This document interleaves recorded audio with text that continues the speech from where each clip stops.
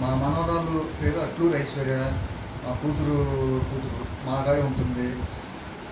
3 సంవత్సరాల వయసు కాడి నుంచి చెవులో నొప్పని తెగ ఏడ్చేది.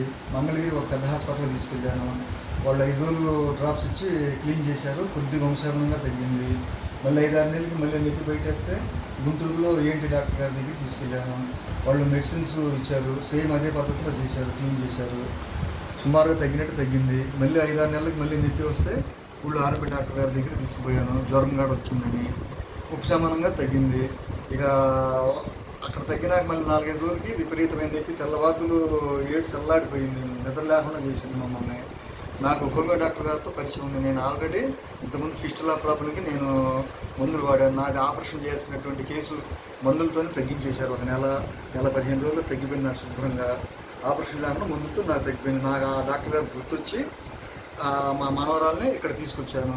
తీసుకురాగానే డోస్ వేశారు. విపరీతంగా అల్లాడిపోయి నొప్పి 1 నిమిషం 2 నిమిషాల్లోపే అమ్మే ముందు 7 పార్టీ నొప్పి తగ్గిందండి. ఆ కోర్సు పెట్టి వాడారు. శుభ్రంగా తగ్గిపోయింది మా మనవరాలకి.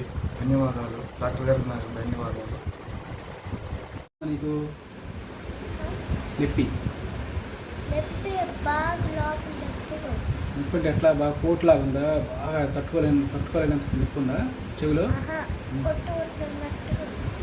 మందు ఒక మందు నొప్పి చెవి నుంచి ఇక్కడికి వచ్చేదా? తవడికి అక్కడ దాకా వచ్చేది. ఈరోజు ఎట్లా నొప్పి? లైట్గా ఉంది. నిన్నటి మీద బెటర్, పర్లేదు.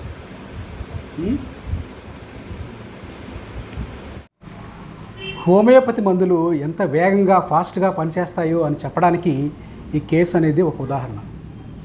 ఈ పాపకి పుట్టిన 3వ సంవత్సరం నుంచి చెవి నొప్పితో బాధపడుతూ ఉంది. నా దగ్గరికి వచ్చినప్పుడు విపరీతమైన చెవి నొప్పితో ఏడుస్తూ వచ్చింది ఆ పాప. నేను కేస్ టేకింగ్ తీసుకుని దాని ఆధారంగా ఒక హోమియో మందుని వేయటం జరిగింది. హోమియో మందు ఇచ్చిన 2 నిమిషాల్లోనే ఆ పాప ఏడుపు ఆపేసి నేను అడిగే ప్రశ్నలకు సమాధానం ఇవ్వటం మొదలుపెట్టింది. 2వ రోజు వచ్చినప్పుడు తీసిన వీడియో కూడా మీరు చూడొచ్చు. ఈ పాపకి సాధారణంగా చెవి నుంచి చీము అనేది ఏమీ కారటం లేదు. ఈ పాపకి మిడిల్ ఇయర్లో ఇన్ఫెక్షన్స్ మూలంగా, ఎలర్జీస్ అంటే తరచూ కోల్డ్ మూలంగా మిడిల్ ఇయర్లో ఇన్ఫెక్షన్ అయ్యి అక్కడ ఫ్లూయిడ్ అనేది చేరి విపరీతమైన నొప్పి వస్తుంది. దీన్ని మనం క్రానిక్ ఆర్టైటిస్ మీడియా అంటాం. అయితే హోమియోపతిలో ఏ మందు ఇచ్చాము? సాధారణంగా హోమియోపతి డాక్టర్స్ ఏ మందు ఇచ్చామన్నది వెల్లడించరు. దీనికి ఒక కారణం ఉంది. హోమియోపతి మెడిసిన్ చెప్పిన వెంటనే చాలామంది మిస్యూజ్ చేస్తూ ఉంటారు. అది తీసుకెళ్ళి షాప్లో తెచ్చుకొని చాక్లెట్స్, బిళ్ళలు తిన్నట్టు ప్రతిరోజు తిని మిస్యూజ్ చేస్తుంటారు. దీనివల్ల చాలా ప్రమాదాలు వస్తుంటాయి. అయితే ఇక్కడ ఈ కేస్ టేకింగ్ ఆధారంగా ఇచ్చిన మెడిసిన్ ఏంటంటే క్యామమిల్లా 200. క్యామమిల్లా 200 2 పిల్స్ ఆ పాపకి ఇచ్చిన తర్వాత ఆ పెయిన్ అనేది చాలా వరకు తగ్గిపోయింది.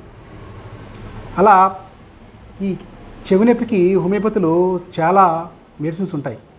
పలస్టిల్లా, మెర్క్సాలు, మెర్కడుల్సిస్, తర్వాత హెపార్సల్ఫు, సైలీషియా, కాస్టికమ్, గ్రాఫైటిస్, ఇలా చెవి నొప్పికి వాళ్ళ ఇండివిజువలైజేషన్ ఆధారంగా మెడిసిన్ అనేది ఎంపిక చేయాల్సి ఉంటుంది. ఇక్కడ కేసులో క్యామమిల్లా తగ్గింది కాబట్టి క్యామమిల్లా ఇస్తే అందరికి తగ్గుతుంది అనేది అపోహ. కాబట్టి ఏదైనా చిన్నపిల్లల్లో వచ్చే ఈ చెవి నొప్పికి హోమియోలో వెంటనే ఫాస్ట్గా తగ్గే చాలా హోమియోపతి మెడిసిన్స్ ఉన్నాయి. ఫాస్ట్గా తగ్గడానికి ఈ కేసే మనకి చాలా ఉదాహరణ.